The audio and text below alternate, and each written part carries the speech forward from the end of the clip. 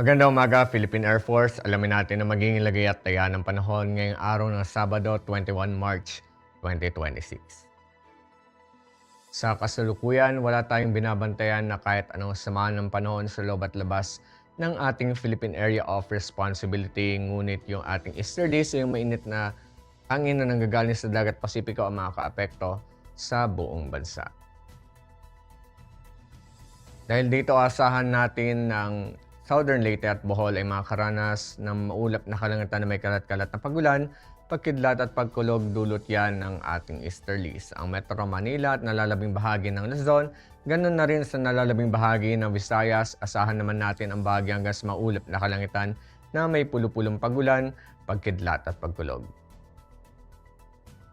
Para naman sa Mindanao, ang Caraga, Northern Mindanao, Lanao del Sur, Cotabato at Davao Oriental ay makakaranas ng maulap na kalangitan na may kalat-kalat na pagulan, pagkidlat at pagkulog. Ngunit ang nalalabing bahagi naman ng Mindanao, kasama na dyan ang Zamboanga, Davao at Sanga-Sanga ay makakaranas ng bahagi hanggang sa maulap na kalangitan na may pulupulong pagulan, pagkidlat at pagkulog.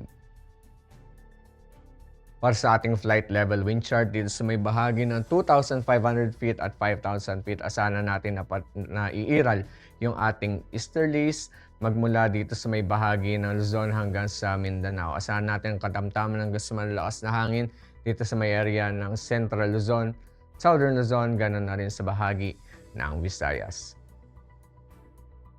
Para naman sa 10,000 feet, asahan natin magmula Luzon hanggang Mindanao ang mga variable winds. Samantala dito naman sa 8,000 feet na flight level wind chart, dito sa may bahagi ng extreme northern Luzon at northern Luzon, asahan natin yung northwesterly winds. Samantala variable winds naman ang ating mararanasan dito naman sa may bahagi o sa nalalabing bahagi ng Luzon. Sa bahagi naman ng Visayas at Mindanao, asahan naman natin yung mga hangin na magagaling northeasterly at east-northeasterly winds.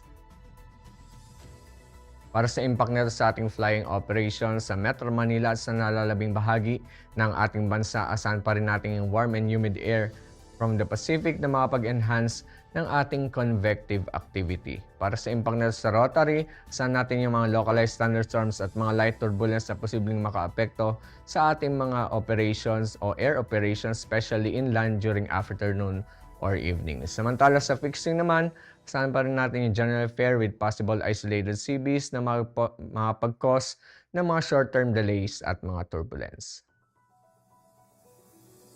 Ang haring araw ay sumikat kaninang 0600 at ito naman ay lulubog mamayang 1807.